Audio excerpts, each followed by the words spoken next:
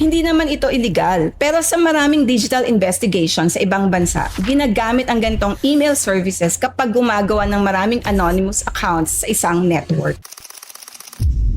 A recent analysis of social media activity has raised questions about what appears to be a coordinated cluster of Facebook accounts defending the Department of Information and Communications Technology, or DICT. At first glance, the comments looked like ordinary citizens expressing support. But when researchers examined the accounts more closely, several unusual patterns emerged. Dito nagsimula ang mas malalim na pagsusuri. Ayon sa report ng TechWatch PH, maraming accounts sa nag-comment sa post ay ginawa sa halos iisang panahon lamang. Marami sa kanila ay na-create noong February 2025. Sa digital investigations, ang ganitong sabay-sabay na pag-create ng accounts ay kadalasang indikasyon ng bulk registration or coordinated network building, hindi organic na user growth. Hindi lang iyon ang napansin. Marami sa mga accounts na ito ay may napaka-konting activity history. May ilan na 1 o 2 posts lamang bawat buwan. Mas naging kapansin-pansin ang timing ng kanilang activity.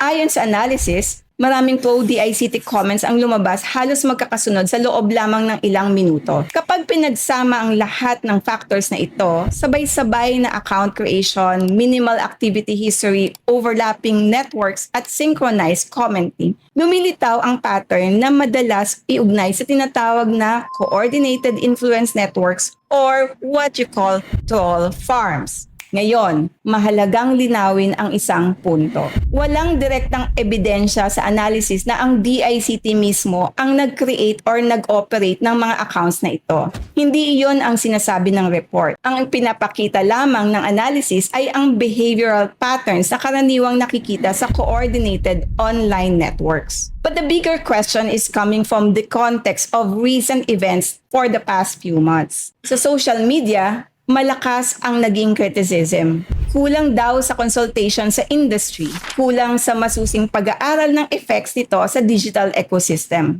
Kaya dito naman pumapasok ang tanong ng ilang observers. Kung ganoon kalakas ang public criticism sa mga proposals na ito, bakit may lumalabas na tila coordinated wave ng accounts na sabay-sabay nagtatanggol sa DICT? Paano nagkakaroon ng impression na parang may malawak na public support sa mga polisiya na maraming ring tech practitioners ang nagsasabing problematic?